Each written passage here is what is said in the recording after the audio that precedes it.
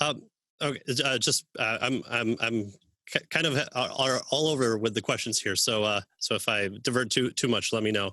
Are economic principles then derived from nature and are universally true, or do they change over time? So I think I, I hate to get so personal into my take, but the only thing I learned from my high school economics was basic econ was I don't want to be a teacher because I don't want to become like my basic econ teacher.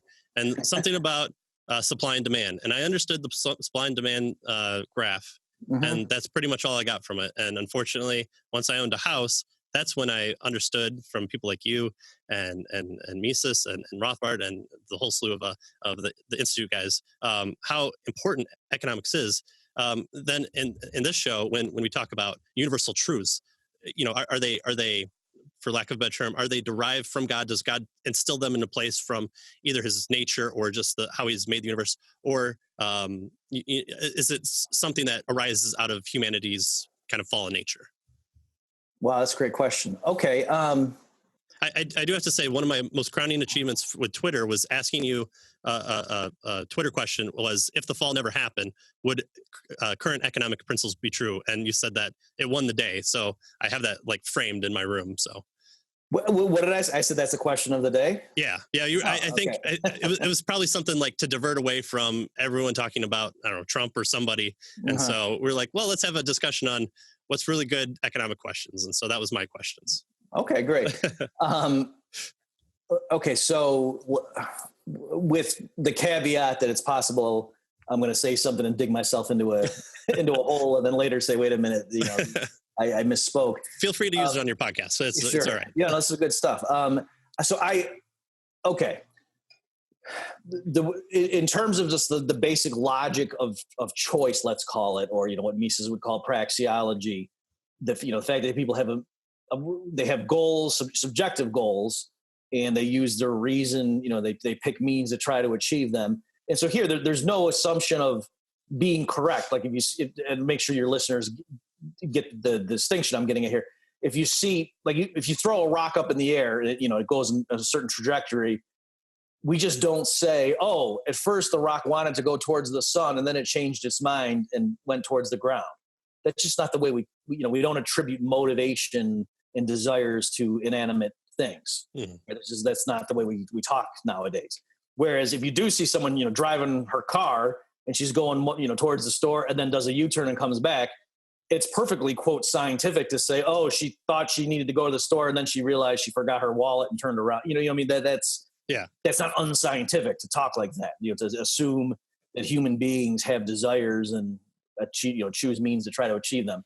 So you can actually derive a lot just from that type of decision. Let's say, like I guess the stance you take as an analyst to say we're going to attribute intentionality and subjective goals to these blobs of cells, whereas a chemist could look at your body just a collection of atoms or something like that, or a physicist could, and the constituents of your body in terms of matter presumably obey the laws of physics, right?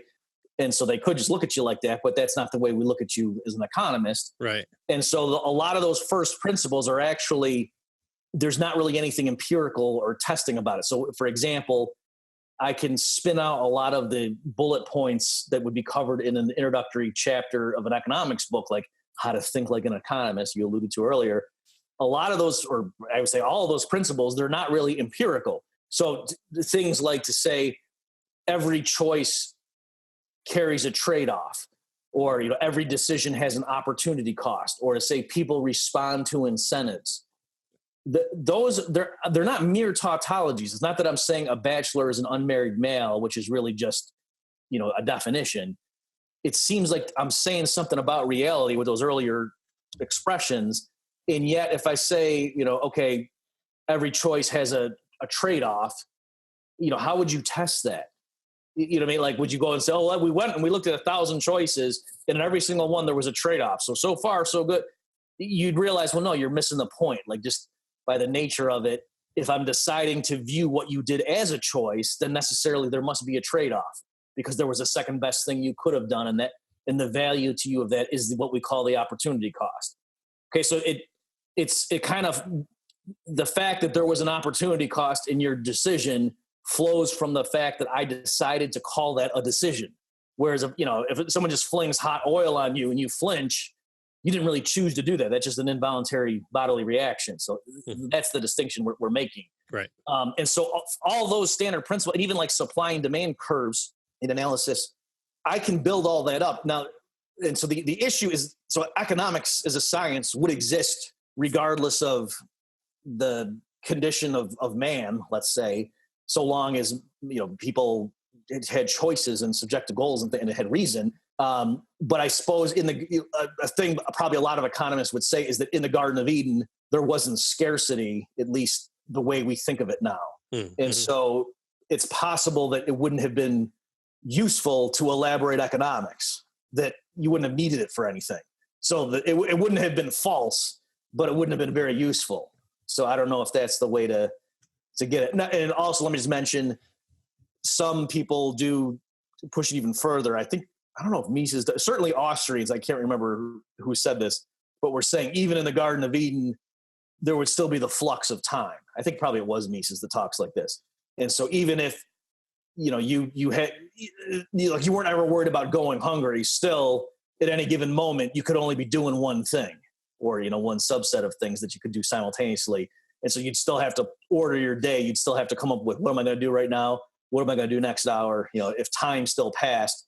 And so in that sense, there would still be some type of scarcity because you couldn't do everything all at once, the flow of time. And so then even there, economics would still apply to your decision on how to order your activities.